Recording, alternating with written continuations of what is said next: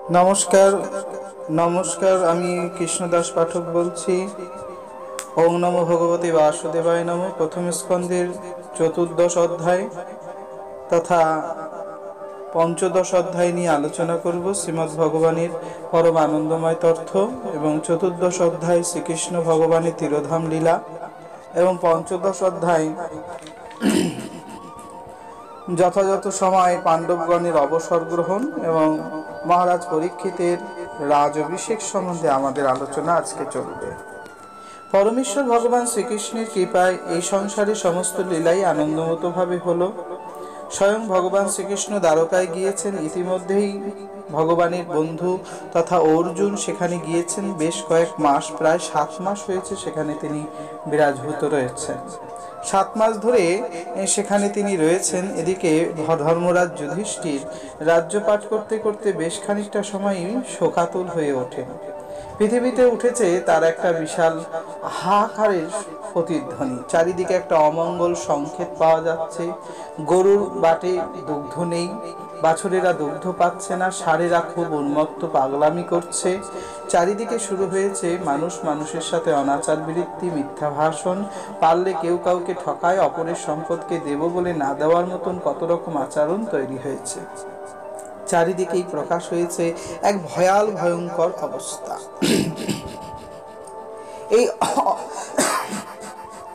এই অবস্থাগুলোর মাধ্যম থেকেই পরমেশ্বর ভগবান শ্রীকৃষ্ণের উপরে ভক্তি এবং অনুরাগ তার ছিল অনেকটা সময়ের জন্য। তাই ভগবানকে তিনি কোনো রকমেই ছেড়ে দিতে পারছেন না। হৃদয় থেকে তিনি খালি বারবার ভাবছেন, ভগবান ভালো আছেন তো, ভগবান কেমন আছেন কে জানে। কয়েক মাস ধরেই অর্জুন সেখানে থাকার দরুন ভগবানের কোনো খোঁজ তিনি আর পাননি। এদিকে সুত বলছেন সনক ঋষিকে এই কথাগুলির মাধ্যম থেকে যে কি করলে এই সমস্যার সমাধান হবে ভাবতে পারছেন না মহারাজ যুধিষ্ঠির।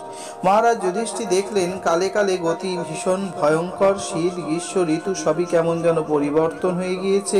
ক্রোধ, লোভ, মিথ্যাচার চারিদিকে ছড়িয়ে পড়েছে। মানুষ মানুষের সাথে সর্বদাই সব কথাই মিথ্যাকেই বেশিরভাগ গুরুত্ব প্রদান করছে। বন্ধুত্বতে সততা এবং পিতামাতা, আত্মীয় স্বজন, ভ্রাতা, পতি, পত্নী সকলের সাথে সম্পর্ক ত্যাগ করে নিজের স্বার্থ দেখায়।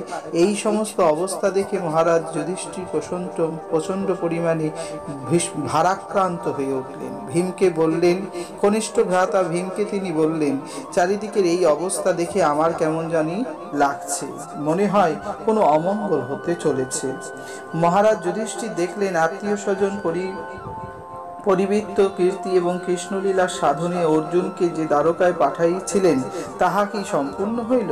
কিন্তু তার ভাই ভীম 7 মাস অতিক্রম হওয়ার পরে গেলেন এবং তাহাতে অর্জুনকে ফিরাইয়া নিয়ে আসলেন। অর্জুনকে বাড়ি ফিরিয়ে নিয়ে আসার পরই ভগবান শ্রীকৃষ্ণ সম্বন্ধে জিজ্ঞাসা শুরু করলেন স্বয়ং ধর্মরাজ যুধিষ্ঠির এখানে জিজ্ঞাসা করলেন, দেবঋষি নারদ বলিয়া গিয়েছেন ভগবান তাহা অপ্রকট লীলা মুক্তি গোপন করিবেন।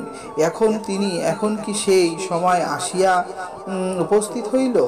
তথায় যাহা হইতেছে আমাদের সম্পদ, রাজ্য, ভার্যা, প্রাণ, কুল, প্রজা প্রভৃতি সমস্ত লাভ হইতেছে, যাহাতে অনুগ্রহে আমাদের শত্রু ক্ষয় এবং যজ্ঞাদি সমাধি সবই নষ্ট হয়ে যাচ্ছে। এইরূপ অবস্থা দেখিয়া মহারাজ যুধিষ্ঠির আর কোনো দিক না খুঁজে পেয়ে, হে নরশ্রেষ্ঠ, হে আমাদের এই বুদ্ধি ধ্বংস নিকটগত ভয়সূচক দিব্য ও উল্কাপাত প্রভৃতি এ সমস্ত দর্শন করি এবং ভূমিকম্প দেখে আমি ভীষণ উৎপীড়ন দেখিতেছি। হে ভীম, বারংবার আমার বাম উরু এবং বাম চক্ষু, বাম বাহু কম্পিত হইতেছে, মধ্যে মধ্যেই হৃদয় কম্পিত হইতেছে। সম্ভবত অবলম্বনেই কোনো মহা বিপদ আমার সামনে উপস্থিত হইবে বলে মনে হচ্ছে। পূর্বে সকল চিন্তা নিয়ে ধর্মরাজ যুধিষ্ঠির ভীষণ ব্যাকুল হয়ে পড়েছেন। বিশাল শিবাকুল সূর্য ভিমুখ এবং ভীমবর অর্থাৎ ভীরব, অর্থাৎ সকলেই তারা সকলের নিজ নিজ মুখ ছেড়ে দিয়েছে। অকারণে কুকুরের ধ্বনি, শিয়ালের ধ্বনি শোনা যায় উচ্চস্বরে, কাকেরা প্রচণ্ড কুহু রব করতে থাকে। এইরূপ রব দেখেই তার মনে হচ্ছে পৃথিবীতে বোধহয় আমঙ্গল আসছে। গো প্রভৃতি মঙ্গলসূচক পশুগণ আমাকে বামে রাখিয়া চলিয়া যাইতেছে। অমঙ্গলের সূচক এইরূপ গর্দবাদী পশুগণ আমাকে দক্ষিণে রাখিয়া চলিয়া যাইতেছে। এইরূপ অবস্থা দেখিয়া আমি ভীষণভাবে ভয় পাইছি। এমত অবস্থায় কপোতক পেচক কাকাদি পক্ষীরাও হৃদয় বিদীর্ণ করে কণ্ঠেশ্বরে বিশেষ মৃত্যুর ঘোষণা চারিদিকে প্রসার করিতেছে। অবাক চিত্তে মহারাজ যুধিষ্ঠির ভাবতে লাগলেন। চতুর্দিকে ধূসর বর্ণ প্রকাশ পাচ্ছে এবং যেমন মণ্ডলাকারে পৃথিবী আবরণ করিতে করিতে আসিতেছে। পর্বতদিঘ পৃথিবীতে খসে খসে পড়ছে, কম্পিত হচ্ছে। মেঘগর্জন করিতেছে ভয়ঙ্কর ভয়ঙ্কর শব্দে।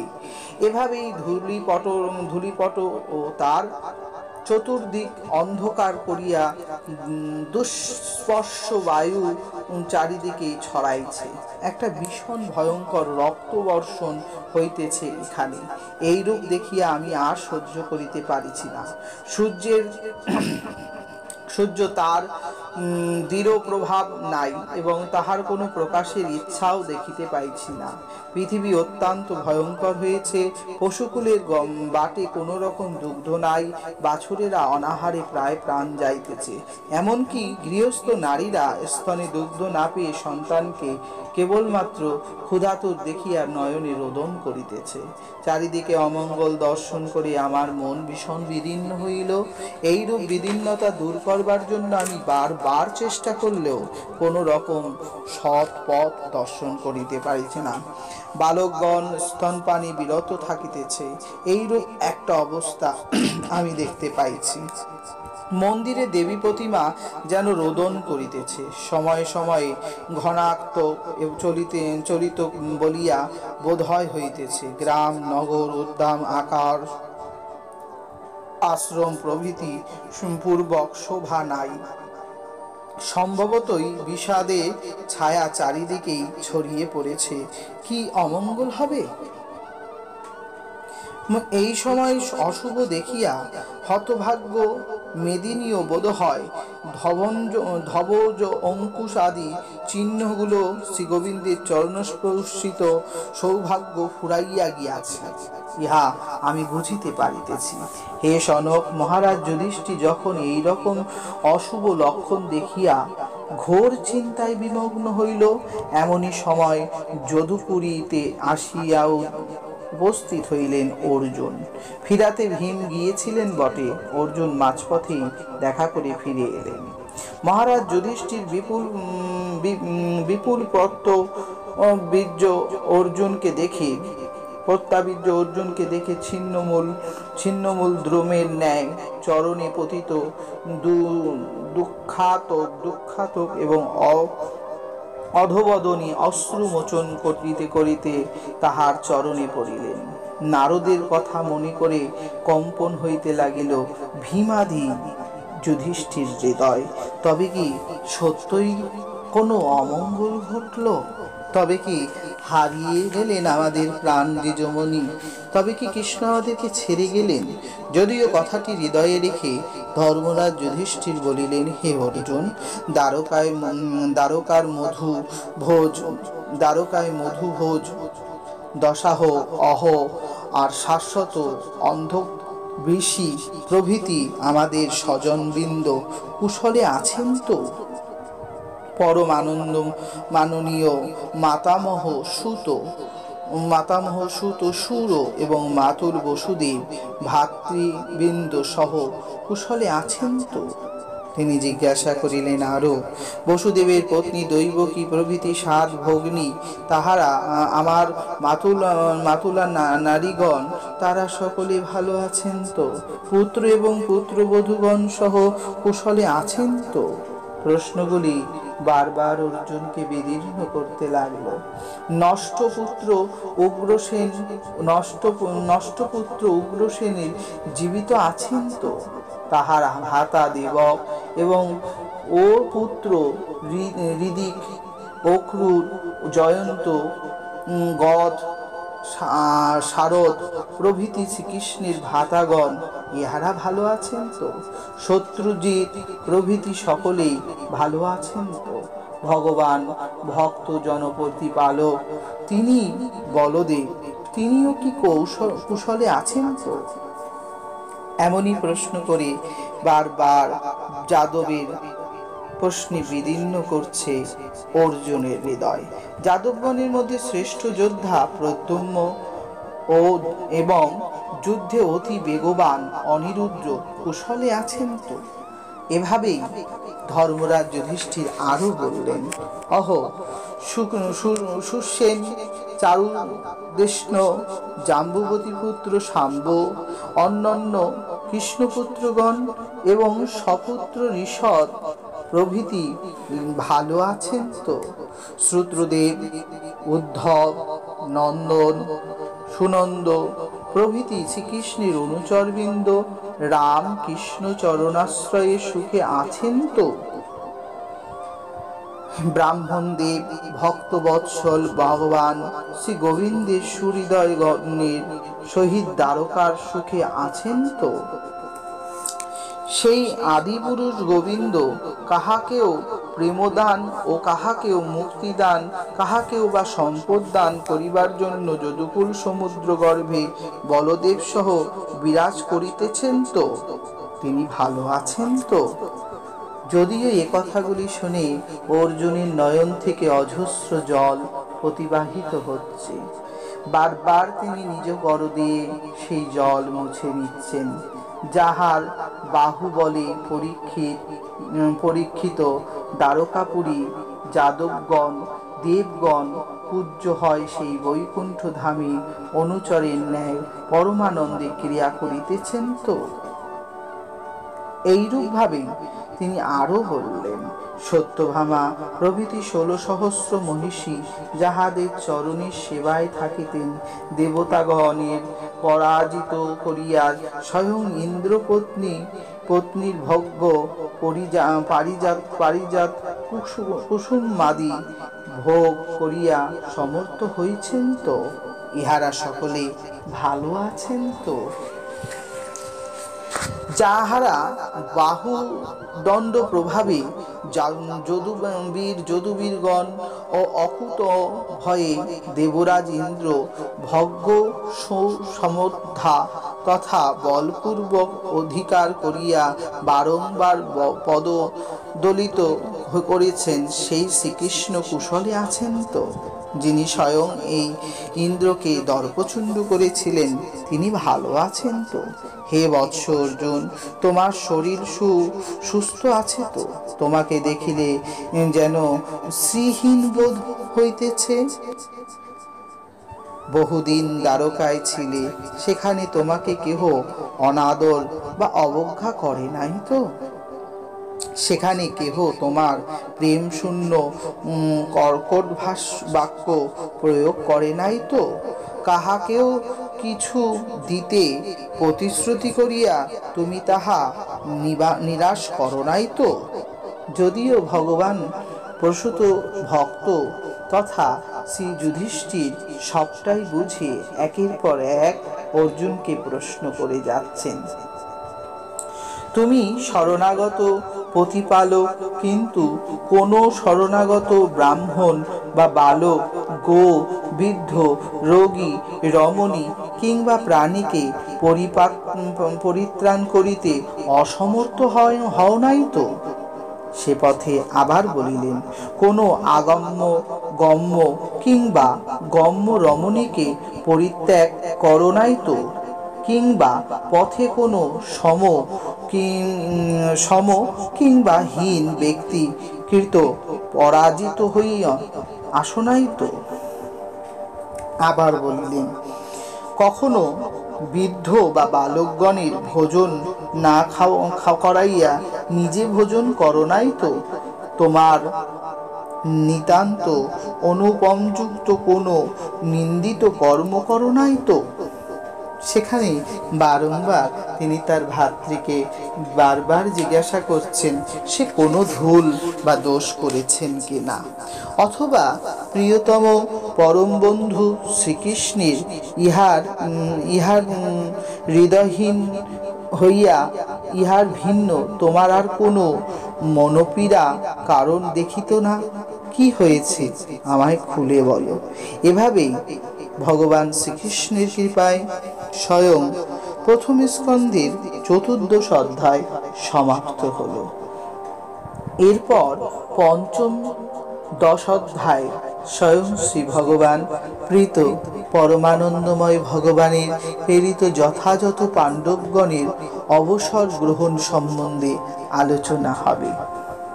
এ সময় শ্রী সুত বলিলেন, নানাবিধ অশুভ সম্ভাবনা সূচক ভাব দেখিয়া মহারাজ যুধিষ্ঠির সন্দিগ্ধ চিত্রে নানা কথা জিজ্ঞাসা করিলে শ্রীকৃষ্ণ বিরহে কাতর শোক ও মলিন বদনে ভগ্ন হৃদয়ে কৃষ্ণ কথা অর্জুন কৃষ্ণকে বলবার চেষ্টা করিলেন।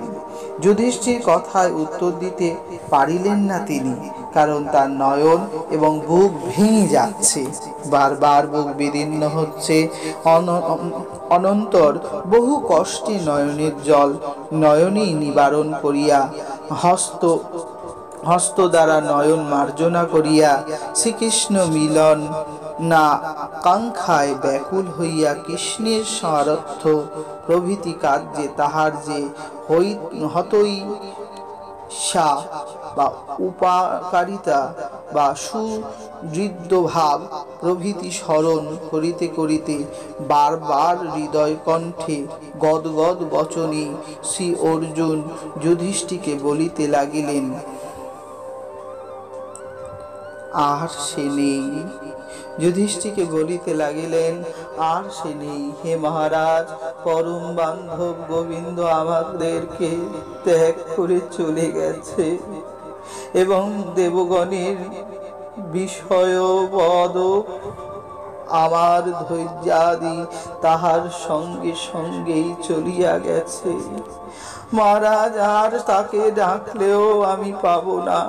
পরম প্রিয় পুত্রাদি দেহ যেমন প্রাণহীন হয়ে গেলে সব রূপেই পরিণত হয়, সেই রূপ যাহা ক্ষণকাল মাত্র সম্বন্ধ শূন্য হইলে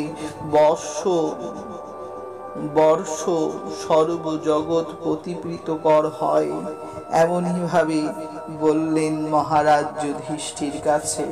শোনা মাত্রই আছাড় খেয়ে পড়লেন পঞ্চ পাণ্ডবগণ। শোনা মাত্রই মাটিতে পতিত হল দ্রৌপদী, বাটিতে পতিত হলেন কুন্তী, আছাড়িয়া বিছাড়িয়া গান্ধারী আদি পরিষদ জন। পূর্বে যারা সকলে ছিল করিল থিরোদন।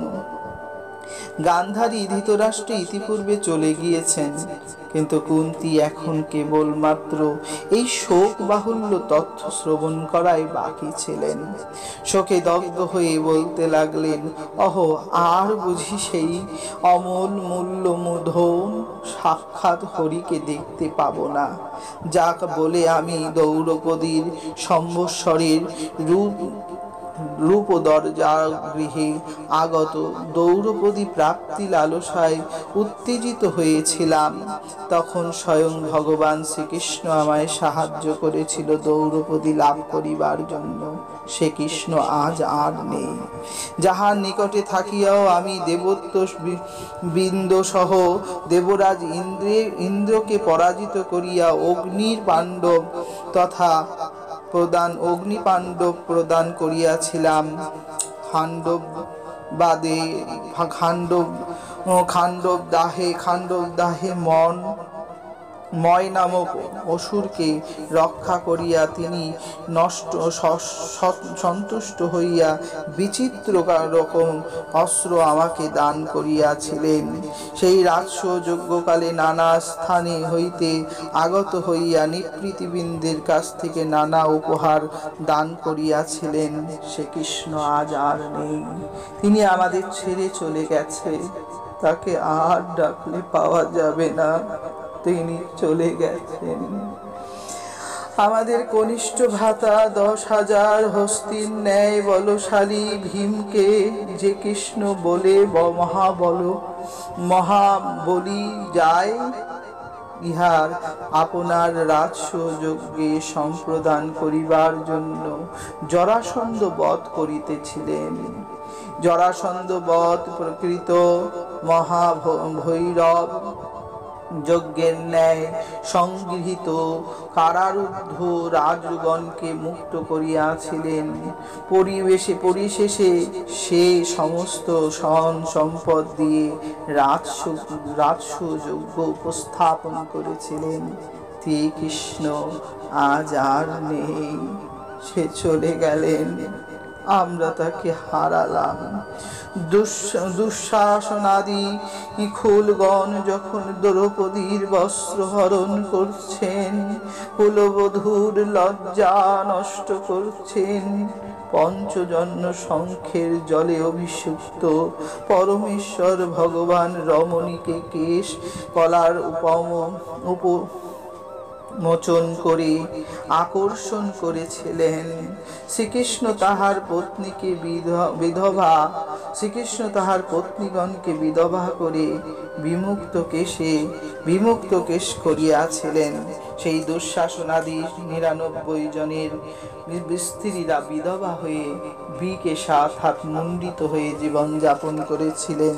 তাহারই কারণে শ্রীকৃষ্ণ আজ আর আমাদের কাছে নেই। কৃষ্ণ দৈত্য বনে আসিয়া পাকমাত্র লগ্ন সাকান্ন ভোজন করিয়া দুর্বাসার 10,108 জন মুনি ঋষির সেবাকালের কার্য সম্পূর্ণ করেছিলেন, পাছে আমরা অভিশপ্ত হই। শকুনির দুর্বুদ্ধিতে দুর্যোধনের দুর্বুদ্ধিতে আমাদের সেদিন তিনি সাহায্য করেছিলেন। অক্ষয় পাত্রের অবশিষ্ট অন্ন ভোজন করে ত্রিলোককে ভোজন করিয়েছিলেন সেই হরি, তিনি আজ আর নেই। এমনটি বলেই অর্জুনের নয়নে অঝরে জল প্রতিবাহিত হতে লাগলো। সেদিকেই অর্জুন যেন বারবার মাটিতে দরাদরি যায়। যে কৃষ্ণ কৃপা বলে দুর্গা শিব আমাকে যুদ্ধে বিক্রম দেখিয়া চমৎকার হইয়া আমাকে পাশুপত্য অস্ত্র প্রদান করেন। অন্য দেবতারা আমাকে কত অস্ত্র শস্ত্র সেই কৃষ্ণের কৃপায় দিল, সে কৃষ্ণ আজ আর নেই। আমি সেই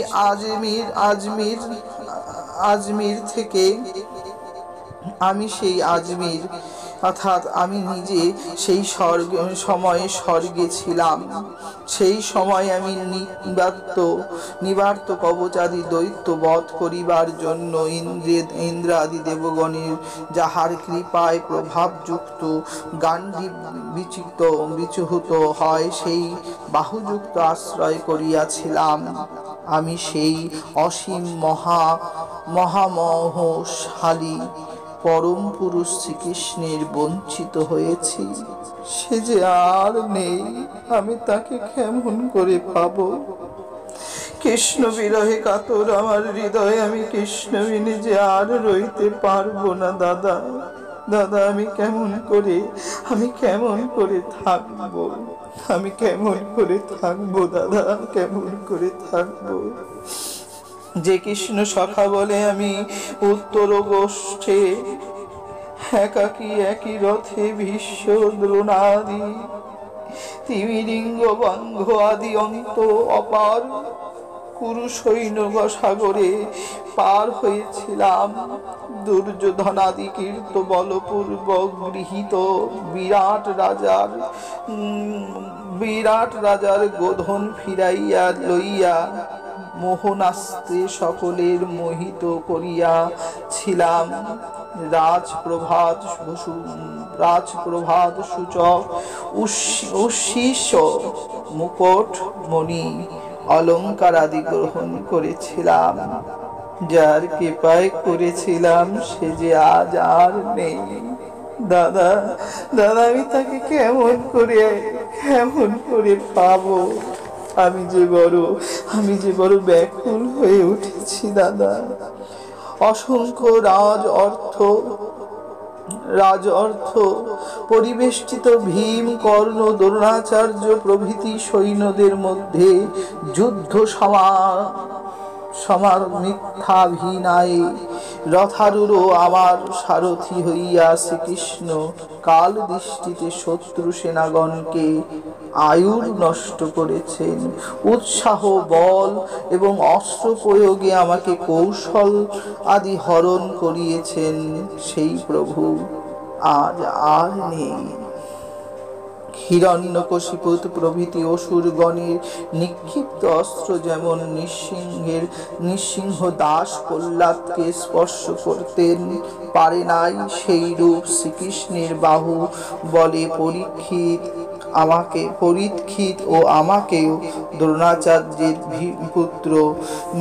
দ্রোণাচার্যের পুত্রের সেই অশ্বত্থামা অস্ত্র, ভীম, কর্ণ, ভূরিশ্রবা, সৌষমা আদি, শল্য এবং জয়দ্রথ, বলিহল্য আদি সকলের সেই অস্ত্র ব্যর্থ হয়েছে। সেখানে সকলের অস্ত্র ব্যর্থ হয়েছে। সেই ভীষ্মের মারা অস্ত্র যা আমার গায়ে লাগেনি, সে যে আজ আর নেই। এরকম প্রতিধ্বনিতে বারবার লুটিয়ে পড়ল অর্জুন। বিবেকী ব্যক্তিগণ মুক্তিপদ লাভের আশায় যার পদকমল ভজনা করিয়া থাকে, যাহার অনিত্য চিন্তায় শক্তি মহিমায় আমি জয়দ্রথ বধে দিন অশ্বগণকে জলপান করাইবার জন্য রথ হইতে ভূমিতে নামাইয়া থাকিলেও শত্রুগণ আমার অঙ্গে অস্ত্র প্রহার করিতে পারে নাই। হা আমি কি নির্বোধ! সেদিন সেই ভক্তবৎসল আমার পরম বন্ধু, আমার পরমেশ্বর ভগবানকে আমি সারথ্য নিযুক্ত করিয়াছিলাম। তাকে আমি আমার সারথি বানিয়েছিলাম, তাকে দিয়ে আমি আমার কাজ করিয়েছিলাম, কিন্তু তাকে আমি চরণে নিবেদিত হতে পারিনি দাদা। হে রাজন, সেই হাসি মাখা মুখে, হে পার্থ, হে অর্জুন, হে সখে, হে কুরুনন্দন ইত্যাদি লক্ষ্মীপতি শ্রীকৃষ্ণ পরিহাস্য সমন্বিত হৃদয় স্পর্শিত মধুময় বাক্য বলি স্মরণ করিয়া আমার হৃদয় ক্ষুদ্র হইতেছে। আমি যে আর রইতে পারছি না। আমার দুইজনের একত্র শয়ন, উপবেশন, ভ্রমণ, আত্মশ্লাঘা, ভোজন প্রভৃতি করিতাম। কোন সময় তাকে কোনো ব্যবহার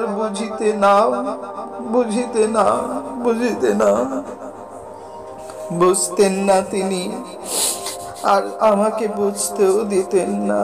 খুব অন্যায় করেছি জানি, তাই তো বিদ্রুপ করিয়া বলিতাম, বয়স্য তুমি খুব সত্যবাদী। কিন্তু কি বলিব, সেই পরমামোদক শ্রীকৃষ্ণ নিজন্মন্তের ন্যায় আমার এই তিরস্কার বাক্যকে সহ করিতেন। সখা কিংবা পিতার পুত্র অপরাধ গ্রহণ করতেন না। এই কথায় শ্রীকৃষ্ণের একমাত্র দৃষ্টান্ত স্থল। কৃষ্ণ সে যে আজ আর নাই। হে মহারাজ, শ্রীকৃষ্ণের একত্রা দৃশ্য প্রিয় পাত্র হইয়াও পরম সৌভাগ্যবশত আমি সেই স্বয়ং ভগবান, পরম মিত্র, পরম প্রেমাস্বাদক, অযাচিত হিতকারী শ্রীকৃষ্ণ হইতে বঞ্চিত হইয়া হৃদয় বিদীর্ণ হইতেছি। তাই আজ শ্রীকৃষ্ণ প্রেয়সীগণকে লইয়া হস্তিনাপুরে আসিবার সময় পথে দস্যুগণের কৃত আক্রমণ হইল। অবলানায় পরাজিত হইলাম। শ্রীকৃষ্ণ প্রেয়সীগণকে রক্ষা করিতে পারিলাম না। কেবল লক্ষণাকে নিয়ে আমি ফিরে এলাম। আমার সেই গান্ডীব ধনু, সেই ব্রহ্মাস্ত্র, পাশুপত প্রভৃতি বাণ, সেই রথ, আমার সেই উচ্চেশ্বর প্রভৃতি অশ্বিনীচয়, যাহাদের দেখিয়া সমস্ত রাজনৃবৃন্দ বিনা যুদ্ধেই অধীনতা স্বীকার করতেন,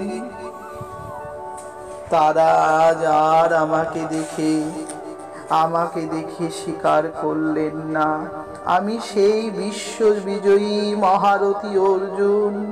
কিন্তু হায়, আজ কৃষ্ণ বিনায় সম্বন্ধ শূন্য হওয়ার ভস্মের ন্যায় ঘৃতহুতি হলাম। ঐন্দ্রজালিত হয়ে প্রদত্ত ধন মরুভূমিতে বীজ রোপণের ন্যায় আমি আমার সমস্ত বস্তুতে তুচ্ছ হয়ে গেলাম। দাদা, কৃষ্ণ যে আর নাই। হে মহারাজ, আপনি দ্বারকার পুরস্থ যে সকল বান্ধবগণের কথা পুনঃ পুনঃ জিজ্ঞাসা করেছেন, তাহারা শাপগ্রস্ত মদিরা পানে উন্মত্ত হইয়া অপরিচিতের ন্যায় পরস্পর একদা প্রাণনাশে ব্যস্ত হইলেন। সম্ভবত এখন তাহাদের মধ্যে 4-5 অবশিষ্ট আছেন। সকলেই চলে গেছেন দাদা, কেহ আর নাই। জীবগণ যেই পরস্পরের নাশ পালন করেন, তাহা কেবল সর্বজগদাধিতার শ্রীকৃষ্ণের এই লীলা মাত্র। জলাশয়ে যেমন জলচরণে গণের মধ্যে বৃহৎ ক্ষুদ্রের সবল দুর্বলের ভোজন করে নেয়, বৃহৎ ও সবল পরস্পরকে যথাসাধ্য পরাভব করে, সেই রূপ শ্রী ভগবানের যাদব বংশ পাণ্ডবগণ দ্বারা কুরুক্ষেত্রে প্রভৃতি নানা যুদ্ধে বহু রাজনগণের বিনাশ সাধন করেছেন। পরিশেষে যাদবগণের পরস্পর বিনাশ ধারণ করিয়া ভূত ভার হরণ করেছেন সেই কৃষ্ণ। সে যে আর নেই দাদা, সে যে আর নেই। হে মহারাজ, আর কিছু বলিতে পারিতেছি না। শ্রী গোবিন্দ বিরহে বক্ষখানি ভেঙে যায়। সে দেশ কাল পাত্র অনুযায়ী হৃদয় শান্তিকর বাক্য বলি সমস্মরণ পথে উদিত হইয়া আমার চিত্ত বিক্ষুব্ধ করিতেছে। আমি আর রইতে পারিছি না, আমি আর সইতে পারিছি না। একালে ধর্মরাজ যুধিষ্ঠির জিজ্ঞাসা করলেন, কেমন করেই বা যদুবংশের ধ্বংস হলো? এবৎসময় তিনি বললেন, যদুবংশ ধ্বংসের কারণ সাম্য ভগবান শ্রীকৃষ্ণের সুন্দর সংসার সকলের সংসারেই সন্তান এসেছিল, জাম্বুবতীর সংসারে সন্তান আসেনি। তাই আজ যখন কৃষ্ণ ফিরে গেলেন, তখন জাম্বুবতী কৃষ্ণকে প্রার্থনা করে বললেন, আমি যে নিঃসন্ততি, সবার ঘরে 10 পুত্র, একটি করে কন্যা সন্তান, আমার যে কিছুই নাই। তিনি বললেন, তবে শিবের আরাধনাই করা প্রিয় হবে। শিব আরাধনা করবেন বলে তারা শিবালোকে গেলেন। শিব এবং গৌরী উভয়ই কৃষ্ণপুত্র হওয়ার ইচ্ছা নিলে ভগবান তাদের মনোবাঞ্ছা পূর্ণ করে দুজনকে এক করে সা আর আম্ব শাম্ব, সা শব্দে শিব আর আম্ব শব্দে মহাগৌরী, সাক্ষাৎ দুজনে একত্রিত হয়ে জন্ম নিলেন। যদিও সংহারের দায়িত্ব মহাদেবের হাতে, তাই তাকেই ডেকে আনা হলো। যেতে যেতে আর আস্তে আস্তে তারা 10টি ভাই একত্রিত এসে পৌঁছলেন। শাম্ব দেখতে মহিলাদের মতন বেশ খানিকটা, যদিও দুর্যোধনের মেয়ে লক্ষণার সাথে তার বিয়ে হয়েছে। সংসার জীবনে তিনি বেশ সুখী, তবে ভগবানের সেবায় সুখী, স্বামীর সেবা করতে সে পারে না। শাম্বের আরো সকল জ্যেষ্ঠ ভ্রাতারা মদিরা পান করতে বেশ ভালো পছন্দ করেন। অধিকাংশ সময় দ্বারকায় মদিরা পান চলল। বলরামের কাছে নালিশ যাওয়া মাত্রই মদিরা পান বন্ধের ঘোষণা হলো। সেই সময় দ্বারকা রাজ্যে কেউ মদ পান করলে তাকে শূল যন্ত্রণা তথা শূলে দান করা হবে। যদিও সে কথা রাজপুত্রদের বহাল হলো না। রাজকীয় ঘরে শাম্ব একটি আলাদা জায়গায় সুরা, মদিরা, নারী সঙ্গ করতে লাগলেন। একদিন লক্ষণা কৃষ্ণকে ভোজন পাত্র দিলেন। ভোজন পাত্রে পড়ল কয়েক ফোঁটা নয়নের জল। পুত্রবধূর নয়নের জল দেখে সেকালে তিনি আর সহ্য করতে পারলেন না। বুঝতেই পারলেন তার স্বামী তার সঙ্গ করেন না। তড়িঘড়ি বলরামকে নিয়ে তিনি সে স্থানে গমন করলেন এবং সেখানে যেই তিনি বললেন, তোমার কি সাহস এখনো ক্ষুণ্ণ হয় না? তুমি এখনো ছাড়তে পারো না নিজ স্ত্রী ত্যাগ করে তুমি পরনারীতে মত্ত? আহ, বেশ বলেছেন আপনি। আপনি যে বেশিরভাগ সময় দ্রৌপদী নামক নারীকে নিয়ে আনন্দে মত্ত হন সখী সখী বলে, তাহা কি আমরা বুঝি না? ও আপনার রক্ষিতা মাত্র। কথাটি শোনা মাত্রই বলরাম সহ্য করতে না পেরেই মুহূর্তের মধ্যে গদা যুদ্ধ ঘোষণা করলেন। অপরকে মারা মাত্রই যদুবংশের 99 লক্ষ ভাইয়েরা সকলেই বলরামের সাথে যুদ্ধে রত হলেন। ভগবান শ্রীকৃষ্ণ দেখলেন, এরা যদি জগতে থেকে যায় তাহলে জগতের ভাগ কমবে না, বরঞ্চ বাড়বে। ইতিপূর্বে এদের অনেক শিক্ষাই ভগবান দিয়েছেন, কিন্তু কোনো শিক্ষাই এরা গ্রহণ করেনি। বাল্যকালে এদেরকে বোঝানো হয়েছিল সাধুর সম্পদ চুরি করা, সাধুকে কষ্ট দেওয়া মহা অপরাধ, কিন্তু এরা তাহা কোনোটাই মান্যতা দেননি। একদিন একটি কুয়োর মধ্যে গিয়ে তাদেরকে নিয়ে বললেন, তোমরা এসো। কুয়োর চারিদিকে ঘিরে দাঁড়ানো মাত্রই কৃষ্ণ একটি গিরগিটির উপরে হাত দিলে গিরগিটিটি মুহূর্তের মধ্যে এক সুন্দর রাজার রূপ ধারণ করে।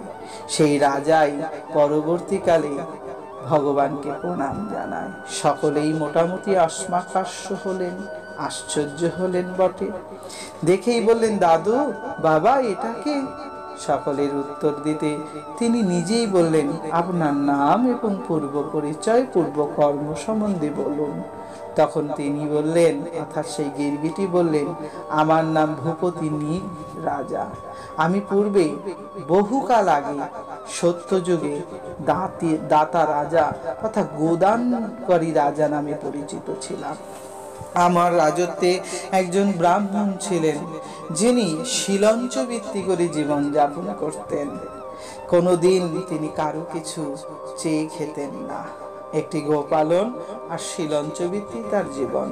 শিলঞ্চ বৃত্তি কথার অর্থ হলো জমিতে পড়ে থাকা শেষ অংশের ধান, যে ধানের উপরে ভিখারি, বৈষ্ণব, ক্ষুধাতুর ব্যক্তির অধিকার। জমির মালিক বা চাষি ভাই সেই ধান তুলে নেয় না, যেটা অটোমেটিক নিজে নিজে ফলে পড়ে যায় মাটিতে, তাকেই শিলঞ্চ বৃত্তির ধান বলা হয়। সেই ধান এনে দুধ বা ঘিতে পাকিয়ে তারা ভোজন করে জীবন কাটায়। নিগরাজা প্রতিদিন ৬০০ গাভী দান করেন।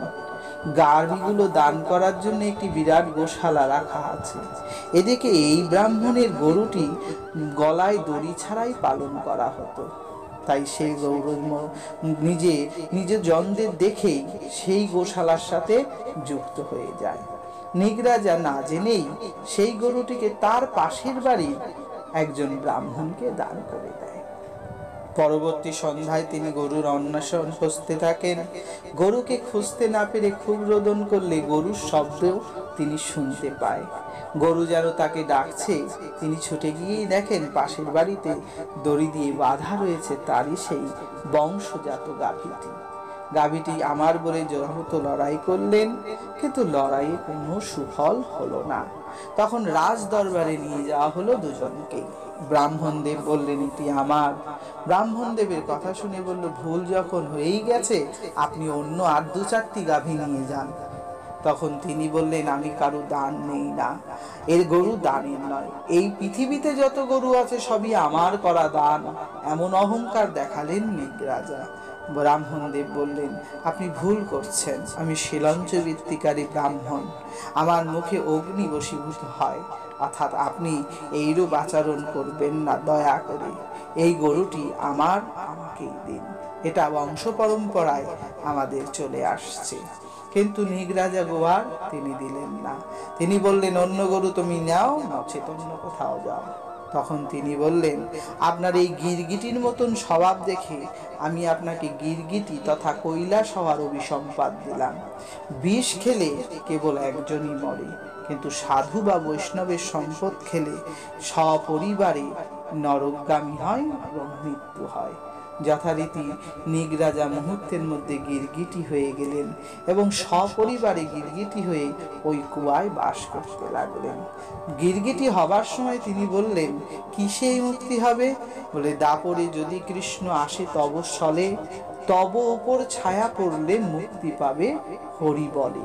ভগবান যেদিন কৃপা করে তোমার উপরে তার ছায়া দেবে, সেদিন তুমি মুক্তি পাবে। সেসব শিক্ষাগুলো আজ আর তারা মনে কেউ রাখেনি। এদিকে সাম্ভ সাধুদের সম্মান করা তো দূরের কথা, পরীক্ষা করে খচরামি করতে শুরু করে। একদিন বৈশিষ্ট্য, দুর্বাসা, অষ্টভক্কর আদি ঋষিমুনিরা সেখানে থাকতেন। নানদেব আদি ঋষিদের মধ্যে থেকে বৈশিষ্ট্য এবং দুর্বাসার সামনে বিশেষটা, তাদের সামনে বিশ্বামিত্র, এদের মাঝখানে গিয়ে শাম্ব একটি মেয়ের অভিনয় করেন।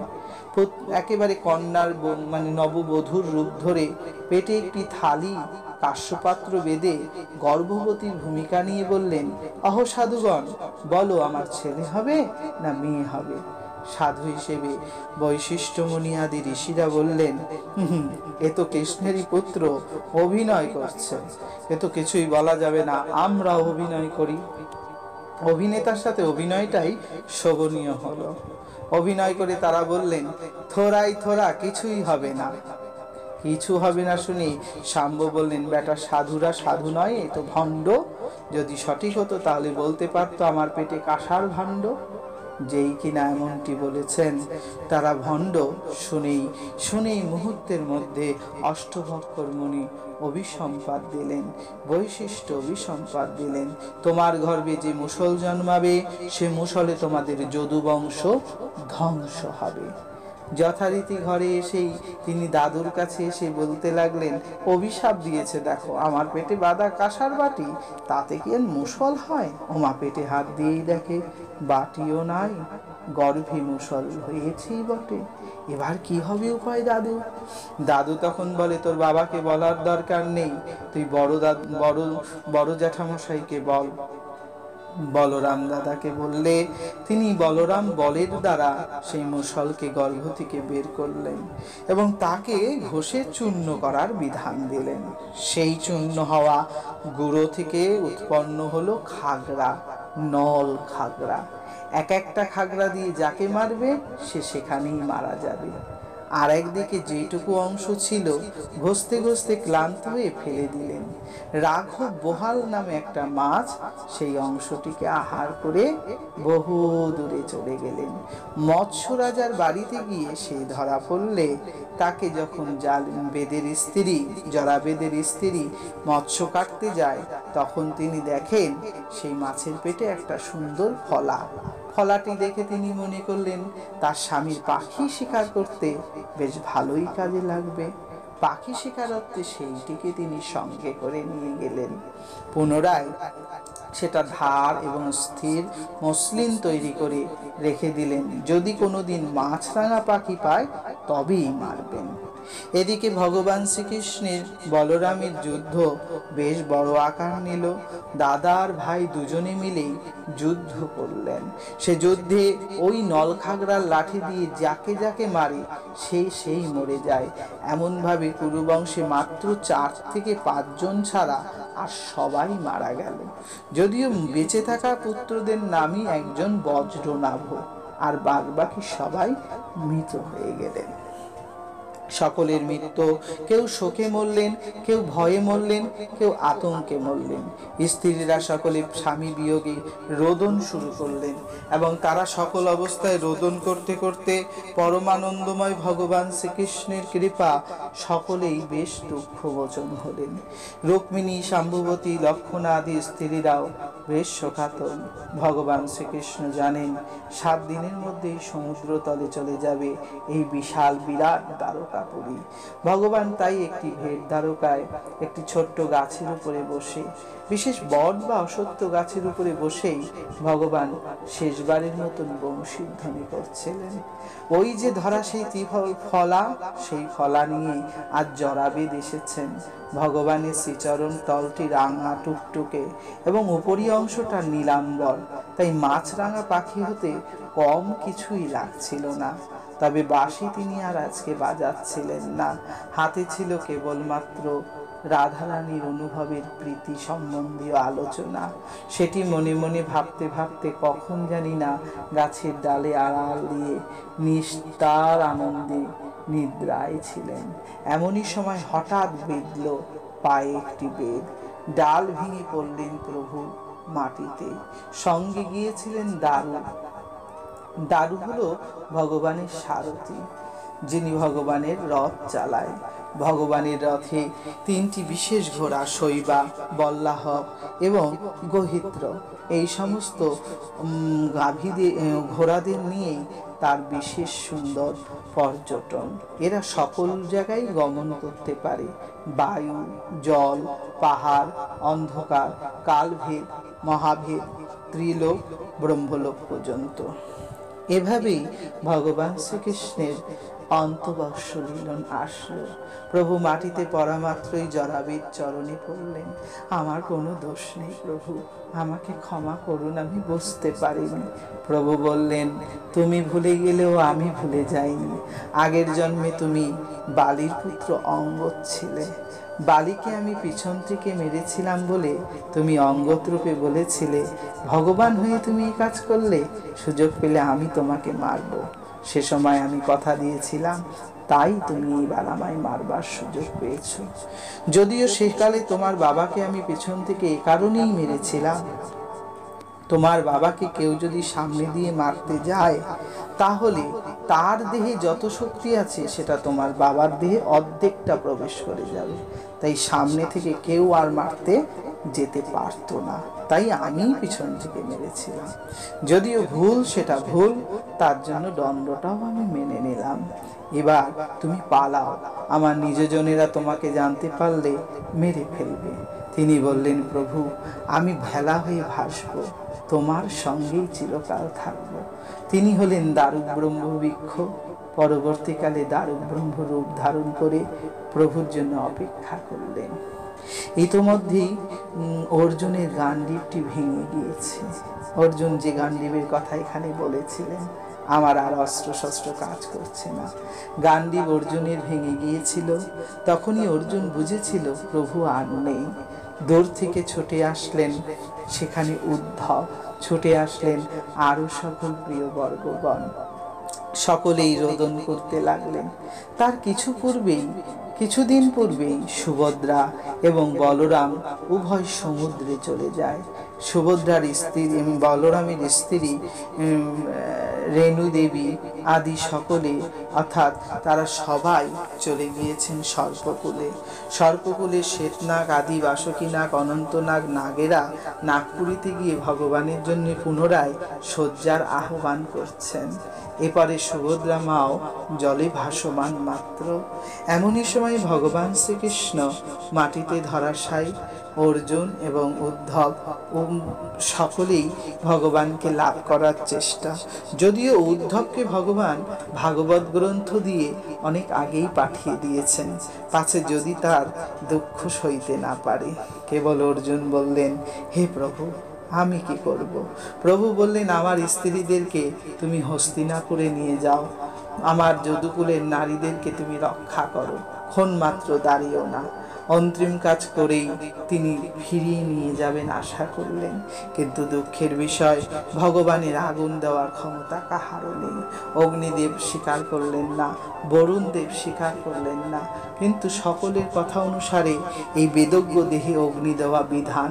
তাই অগ্নি দিল বটে, কিন্তু দেহটা পূর্ণ পুরল না। কারণ এই দেহ না পোড়ার কারণ দুর্বাসা মুনি তাকে একসময় তার রাজপ্রাসাদে এসেছিলেন। রাজপ্রাসাদে এসেই বলেছিলেন, কোথায় রুক্মিণী, তোমরা দুজনে নেমে এসো। রুক্মিণী এবং স্বয়ং কৃষ্ণ নেমে এলেন, প্রণাম করলেন মুনিবরকে। মুনিবর বড্ড হেয়ালি ছিলেন। রুক্মিণীকে বললেন, আমাকে ঘোড়া করে নিজের ঘোড়া ছাড়িয়ে দিয়ে ঘোড়ার দড়ি গলায় বেঁধে আমাকে দ্বারকাপুরী ভ্রমণ করাও। আর কৃষ্ণকে বললেন, তুমি একটু পরমান্ন চাপিয়ে দাও, আমি একটু ক্ষীর খাবো, অর্থাৎ পায়েস রান্না করো। এইরূপ রান্নার দায়িত্ব কৃষ্ণকে দিয়ে তিনি বেশ আনন্দে ভ্রমণ করলেন। রুক্মিণী পুরোটা ভ্রমণ করিয়েছিলেন বলেই বলেছিলেন, তুমি এখানে কখনো বিধবা হবে না, বিধবা হওয়ার পূর্বেই তোমরা সধবা অবস্থায় স্বধামে চলে যাবে, খবর আসবে না তোমাদের কান পর্যন্ত। আশীর্বাদ প্রদত্ত হলো। ভগবান শ্রীকৃষ্ণ পরমান্ন রন্ধন করে পাথরের বাটিতে নিয়ে এসে দাঁড়িয়ে আছেন। পরমান্ন একটু মুখে দিয়েই বললেন, সর্ব অঙ্গে মাখো কৃষ্ণ। রাজমহিষিনীদের মাঝখানে লগ্ন হয়ে মাখা কি কঠিন বিষয়। সারা শরীর তবুও নগ্ন হয়ে মেখেছেন, চরণের তলে তিনি মাখেননি, কারণ প্রসাদ পায়ে লাগালে অপরাধ হবে।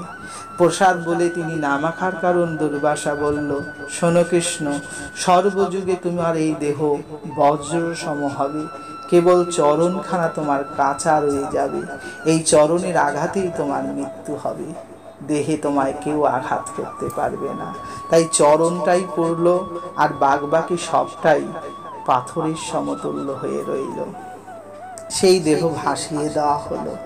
ভাসানো হলো যে কাঠে, সেটি হলো জরাবেদ। জরাবেদ কেটে ভাসতে ভাসতে ভগবান পুরী তথা জগন্নাথের পূর্বে নীলমাধব রূপে বিরাজ করলেন। তিন শক্তি বলরাম, সুভদ্রা আর জগন্নাথ, এভাবেই তারা নির্বিষ করলেন কলিযুগের জীবকে তারণ করবেন বলে। তিনি আহ্লাদ স্বরূপীয় পরম আহ্বান মুদ্রায়, আলিঙ্গন মুদ্রায় আসলেন জগৎ ধরাধামে। এভাবেই কৃষ্ণের অন্তর্ধান লীলা স্বরূপ কথা সমাপ্ত ঘটতে চলেছে। আমরা শুনতে শুনতে মহারাজ পরীক্ষিতের শুদ্ধ অবস্থা, জিজ্ঞাসায় দ্বারকায় সম্বন্ধ সবকিছুই জানা হলো। শেষে সব জেনে বুঝতে পারলেন আর কিছু করার নেই। যেখানে কৃষ্ণ নেই সেখানে আর আমরা থেকেই বা কি করব। কৃষ্ণ যেদিন চলে গেছেন সেদিন থেকেই কলির প্রভাব পড়েছে, তা মহারাজ যুধিষ্ঠির ভারী বুঝেই নিয়েছেন। এবার মহারাজ যুধিষ্ঠির ভেবেছেন অবশ্যই একটি উপায় করতে হবে। সে উপায়টি কি? এখনই আমাদেরকে সংসার ত্যাগ করতে হবে। যথাযোগ্য স্থানে সবাইকে রাজত্ব দিয়ে আমরা বানপ্রস্থে যাব, তথা আমরা মহাপ্রস্থান করব। মহাপ্রস্থানের বিধি পালন করবার জন্যই ধর্মরাজ যুধিষ্ঠির বেশ দক্ষ এবং জীর্ণতীর্ণ বস্ত্র পরে নিয়েছেন। এখানে বজ্রনাভকে মথুরার রাজা বানালেন এবং বিষকেতুকে বানালেন হস্তিনাপুরের রাজা। বজ্রনাভ শ্রীকৃষ্ণের নিজের নাতি সম্বন্ধীয় আত্মীয় স্বজন, আর বিষকেতু সে হলো কর্ণের পুত্র। কর্ণ তাদের বড় ভাই, তার পুত্রকেও রাজা করা উচিত। পরীক্ষিত তো নাতি, তার রাজত্ব পাওয়াটা খুব কঠিন ছিল। শ্রীকৃষ্ণ আগেই সমাধান করে দিয়ে গিয়েছিলেন, তাই পরীক্ষিত হয়েছে হস্তিনাপুরের রাজা এবং বানপ্রস্থের রাজা হয়েছেন। যে বানপ্রস্থে সুন্দর রাজবাড়ি, সে রাজবাড়ির রাজা হয়েছেন বিষকেতু, আর শেষে বজ্রনাভ হয়েছেন মথুরার রাজা। তিন রাজার শুভ অভিষেক করে এবং তাদের সকলের বিবাহ ব্যবস্থা করেন। ইতিমধ্যেই পরীক্ষিতের বিবাহ হয় ইরাবত রাজার মেয়ে ইরাবতীর সাথে। বিবাহ অন্তে তার 4টি পুত্র হয়। জন্মেঞ্জয়াদি চতুর্পুত্র নিয়ে তিনি বেশ সুখী জীবনযাপন করছেন। এবৎ অবস্থায় পরমেশ্বর ভগবান শ্রীকৃষ্ণের উপরে তাদের সকলেরই দেহ, মন, বুদ্ধি এবং ভাবনা পরিধাবন করতে শুরু করলেন। ভগবান শ্রীকৃষ্ণকে না থাকার কারণে তারা মনে মনে সকলেই নিজ নিজ স্বধামে যাওয়ার চিন্তা করলেন। কুন্তী দেবী অর্জুনের কথা শুনে, যদুকুল নাশের কথা শুনে ধরাশায়ী হয়ে মাটিতে পড়লেন। পড়া মাত্রই তিনি নিজে সেখানেই মৃত্যু লাভ করলেন। কুন্তী দেবীর মৃত্যু অন্তে মাতৃকার্য সমাপ্তনে ধর্মরাজ যুধিষ্ঠির রাজপরিষদ রাজবস্ত্র ত্যাগ করে দরিদ্র সন্ন্যাসী তথা ভিক্ষুক বস্ত্র ধারণ করলেন। পায়ে নেই জুতো, মাথায় নেই কোনো মোটক বা কোনো রাজ অলঙ্কার। দেখে পঞ্চপাণ্ডবের আর 4 ভাই দ্রৌপদীরা জিজ্ঞাসা করলেন, এ কি মহারাজ, এরকম কেন? সময় থাকতে কৃষ্ণ একটি কথা বলেছিল, মনে পড়ে অর্জুন? যে সময় থাকতে যে জিনিস না ত্যাগ করে তাকে কিন্তু আর সুযোগ পায় না। ভালোই ভালোই ত্যাগ করে দিলে মন্দটা দেখতে হয় না, নচেৎ মন্দ তোমাকে মৃত্যুর কারণ করে দেবে। সময় থাকতে সব ত্যাগ করে ভগবানের শরণাগামী হওয়াটাই উচিত। তাই আমি চললাম। তুমি চললে মানে? এতদিন একসাথে আমরা সবাই ছিলাম, এখন তুমি একলা চলে যাবে দাদা? আমাদেরকে সঙ্গে নিয়ে চলো। কথাটি শুনে খুশি হয়ে বললেন, ধর্মটা যার যার, কাউকে জোর করে করানো যায় না। যার যেমন ইচ্ছা তার তেমন লাভ। যদি ইচ্ছে হয় তো সঙ্গে এসো। সকলে মিলে অর্থাৎ 5 পাণ্ডবী সন্ন্যাসীর রূপ ধরলেন। কিন্তু দ্রৌপদী বললেন, এ কি, আমাকে নিয়ে এই সব সম্রাজ্ঞ, আমার জন্যই এত বড় যুদ্ধ, আমার জন্যই এত কর্ম, আমাকে ফেলেই আপনারা করতে চললেন ধর্ম? আমি কি করব? আমার কি কর্তব্য? কেবল শোকে দুঃখে কাঁদব?